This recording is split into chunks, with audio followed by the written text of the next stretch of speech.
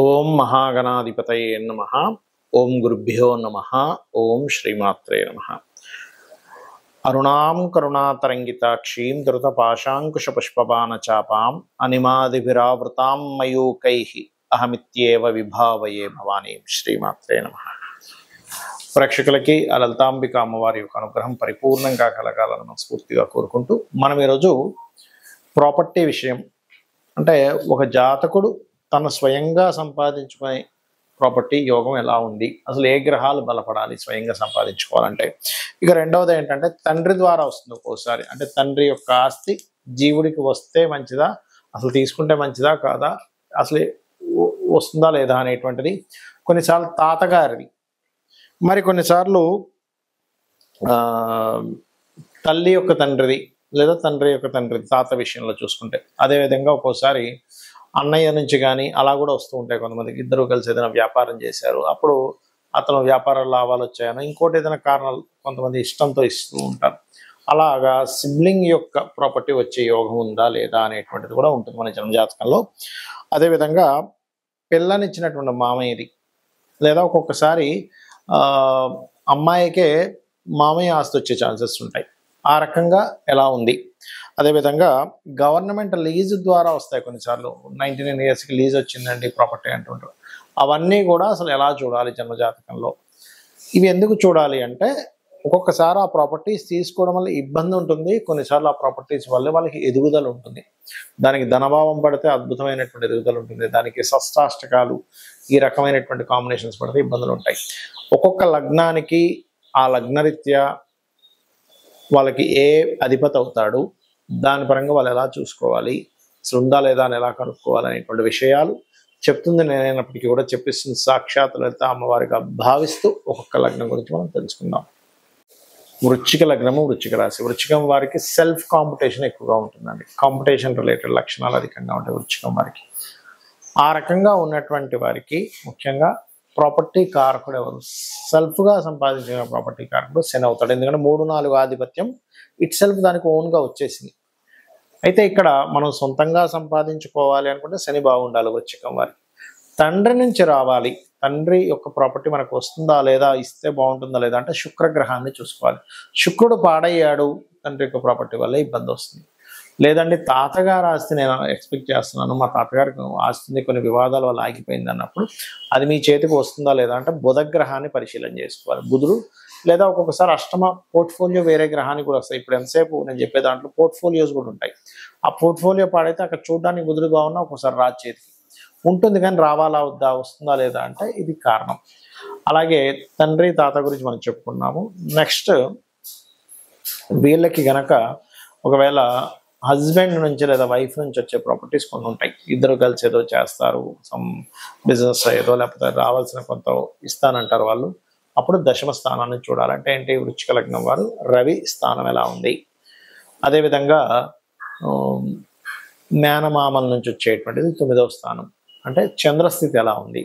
లేదా పిల్లనిచ్చినటువంటి లేదా అబ్బాయిని, ఈ ఒక అమ్మాయికి అబ్బాయి అంటే ఐ మీన్ వాళ్ళ భర్త యొక్క తండ్రి అంటే మామయ్య నుంచి వచ్చేటువంటి ప్రాపర్టీస్ ఎప్పుడు కూడా ఏంటంటే సప్తమ స్థానం శుక్రుడు అవుతాడు. సప్తమాత్ భాగ్యస్థానం అనేటువంటిది ఇక్కడ చూసుకున్నట్లయితే శని అవుతాడు. అక్కడి నుంచి అంటే 6వ స్థానం కుజగ్రహం బాగుండాలి. అంటే మీ లగ్న షష్టమాధిపతి కనుక బాగుంటే మామయ్య నుంచి ఆస్తి అనేటువంటిది వస్తుంది. ఈ రకంగా అమ్మమ్మ నానమ్మ అనుకుంటే ఒక భావం ఉంటుంది, అంటే 3వ స్థానం తీసుకోవాలి.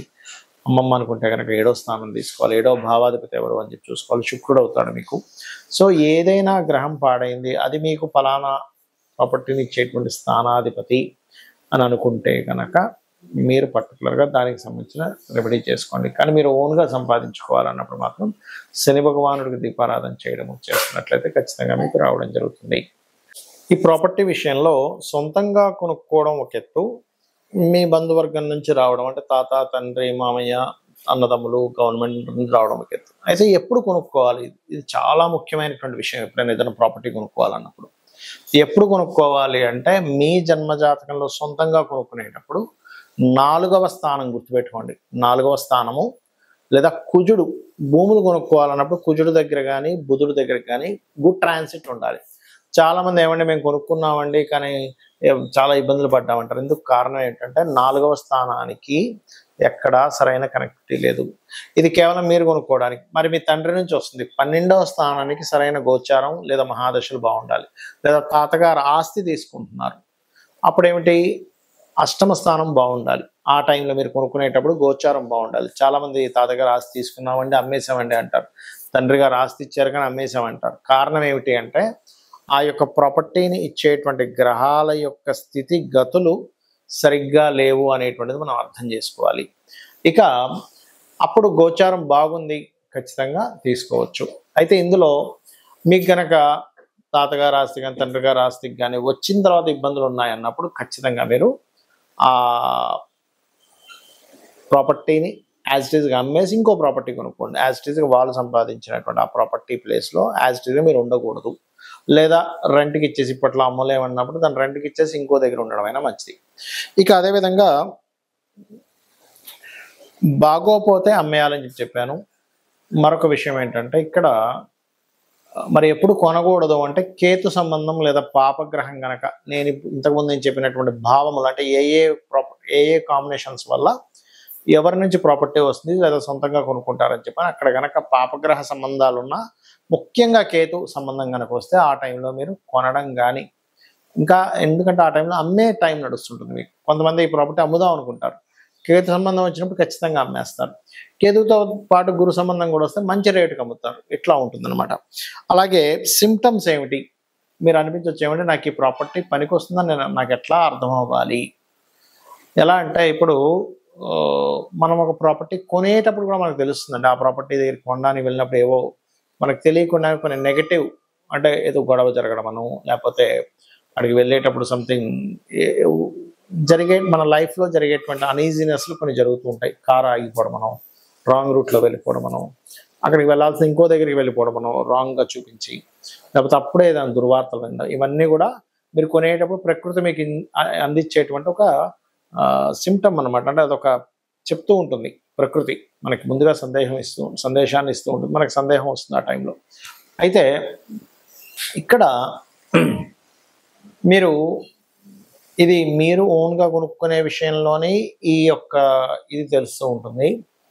లేదా ఆ పలానా తాతగారో మామయ్యో అమ్మమ్మో నానమ్మో సిబ్లింగ్ సంబంధించిన ఇంట్లోకి వెళ్ళినప్పటి నుంచి మీకు బాగోలేదు అంటే మీరు అర్థం చేసుకోవాల్సింది ఇక్కడ 2 విషయాలు చూసుకోవాలి. ఒకటి, మీకు మహాదశ అంతర్దశలు ఏమైనా ఇబ్బందినిచ్చేటువంటిది ఉందా, అది ముందుగా చెక్ చేసుకోవాలి మీరు. ఇక రెండవ విషయం ఏంటంటే ఆ ఇంట్లో వాస్తు దోషం ఉండడం వల్ల వచ్చిందా. ఒక్కొక్కసారి మీకు అది కలిసి వచ్చే, మీకు తండ్రి వల్ల తాత వల్ల యోగం ఉన్నప్పటికీ వాస్తు దోషం వల్ల మీకు మహాదశ అంతర్దశల్లో బాగోపోవడం వల్ల వస్తుంది. అంతేగాని ప్రతిసారి తండ్రి ప్రాపర్టీ తాత ప్రాపర్టీ కలిసి రాకపోవడం ఉండదు. అవి చెక్ చేసుకుని అవి కూడా బాగున్నా సరే బాగోలేదంటే మీకు ఎక్కడో ఇబ్బంది ఉందని అర్థం. కొంతమందికి జాతకాలు ఉండవు. జాతకాలు లేనప్పుడు వీలైనంత మటుకు అక్కడికి వెళ్ళినప్పటి నుంచి ఇబ్బంది వస్తుంది అన్నప్పుడు దాన్ని రెంట్కి ఇచ్చి ఇంకో దగ్గరికి వెళ్ళడం మంచిది, లేదా అమ్మేసి ఇంకోటి కొనుక్కోవడం మంచిది. ఇక ప్రాపర్టీ పరంగా ఇలా ఉందండి, మేము ఏం చేయాలి? ఇప్పుడు సొంతంగా ప్రాపర్టీ కొనుక్కోవాలన్నా, లేకపోతే ఎవరైనా సరే ఏదైనా ప్రాపర్టీ పొందాలన్నా ముఖ్యంగా గురు కుజ గ్రహాల దగ్గర దీపారాధన చేస్తూ ఉంటే తొందరగా ప్రాపర్టీ యోగం వస్తుంది ఒకటి. రెండవది, మణిద్వీప వర్ణన ఖచ్చితంగా ప్రాపర్టీ యోగాన్ని, ఏదైనా గృహం కొనుక్కోవాలనే యోగాన్ని కలిగిస్తుంది. సరే, ఇవి ఓకే.